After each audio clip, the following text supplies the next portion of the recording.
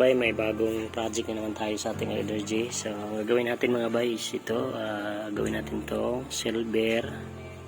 So ayan mga bay, ito na po yung gagamitin natin, GI paint and varnish remover. So ito po yung gagamitin natin para pang tanggal dito. So sinubukan na natin ilagyan. So tignan natin kung may epekto ba, parang meron mga bay. Tignan niyo. Ayan. Simula pa lang yan pero may nakita ko ng epekto mga bay. Ayan. So tignan natin, lagyan natin ito lahat mga bay kung anong resulta nito. Ayan. So, ito po siya, ito po.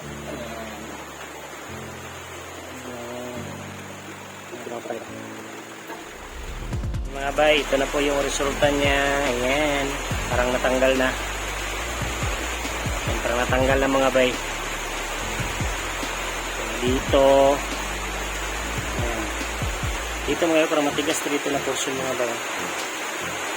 Lagyan pa natin. Mag-iingat tayo dito mga bay kasi mainit to. Kasi tayo lang kasi mga humawak mga bay. Walang humawak.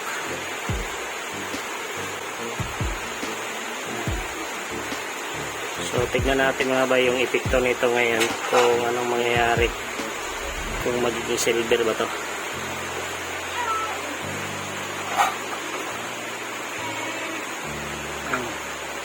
So banlawan natin to mamaya. Tignan natin kung magiging silver ba to mga bay.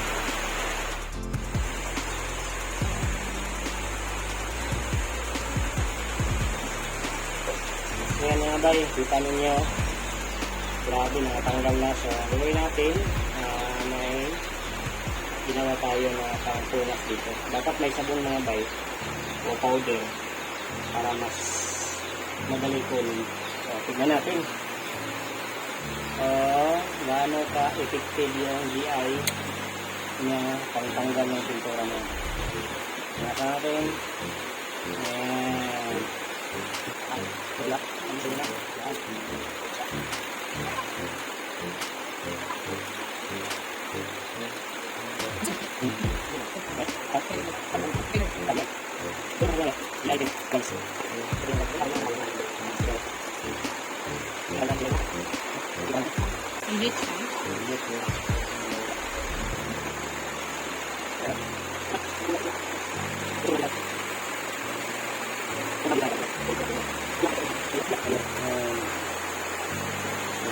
Lagyan pa natin ito para matanggal.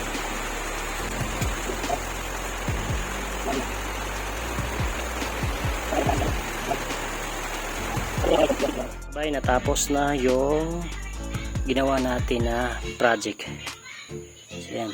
So makintab na siya mga bay. Problema lang yan, nakita yung mga tama ng mga bato mga bay. Yan. Pero para mas goods to mga bay, metal polish yung gagawin natin dito. Metal polish natin to para mas kumintab sa mga bay. So ayan lang. So ito yung gamit natin, GI paint and varnish remover. So goods mga bay, mag-ingat lang tayo sa kamay kasi tingnan niyo yung kamay ko mga bay. Grabe, mainit sa mga bay pag makadikit sa ano mo, sa kamay mo. So ayan. So goods. So yung iba mga bay, sa next na natin ipapakita kung paano natin gagawin. A few moments later. So ayan mga bay, natapos na yung ginawa natin na product mga bay. So ito po yung bali pangalawang gawa natin. So yung una, di ba, ginamitan natin to ng paint remover.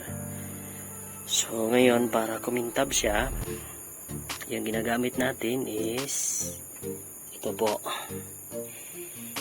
Kiwi liquid metal polish mga bay. So para mas maganda tignan. So ito rin, sabay na rin natin to. So ito yung bagong caliper natin.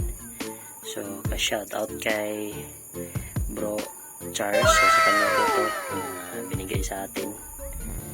So ginamit natin pang Raider 150 to mga bay na caliper. So yan po ang bracket na ginawa natin. So maganda yung paggagawa sa bracket natin mga bay. So ito nakasiparito na bolt mga bay. So dinikit lang natin at minilding. So yan, goods. Kompleto pa naman to. May brake pad na kasama. Ayan. So goods na goods. So may binili tayo na gold bolts na axle dito. Hindi pa nakarating. So i-full review lang natin to pag matapos na natin itong motor na to. At saka may swing arm rin to na plus to. So ganito rin ang color ng kanyang swing arm. Parehas. Para goods tignan mga bay. So ayan na siguro ang masishare natin. So goods, quality na, makintab na. Kaya seamless lang kakintab doon mga bay. Pero yan hindi pa yan na-applyan ng metal polish bro. Sabayan ko yan na applyan ng metal polish ang head para mas bagay sa tignan na kumintab. At ito rin kumintab ng maayos kasi sinabay ko na lang ng lagyan ng metal polish para mas maganda tignan. So kung sino yung gustong gumawa nito, so unang gagawin nyo is tanggalin nyo itong pintura. Gamitan nyo ng GI paint remover mga bay. So nakita naman yun sa unang video natin, di ba? So yan lang siguro ang mai-share natin. So review na natin to ulit pag matapos na tong motor na to, makabitan na ng swing arm na plasto at saka mga gold bolts lahat. At dito naka-order din tayo pang dito mga bay. Ito at itong switch natin. So binaguhan na natin to dito. Siguro lahat ito mga bago to mga bay para mas gumanda at magiging bago ulit ang ating Raider. So ayan mga bay, ito na yung finished product sa ating ginawa mga bay. So yan na po siya. So kumintab na siya, na polish na siya mga bay.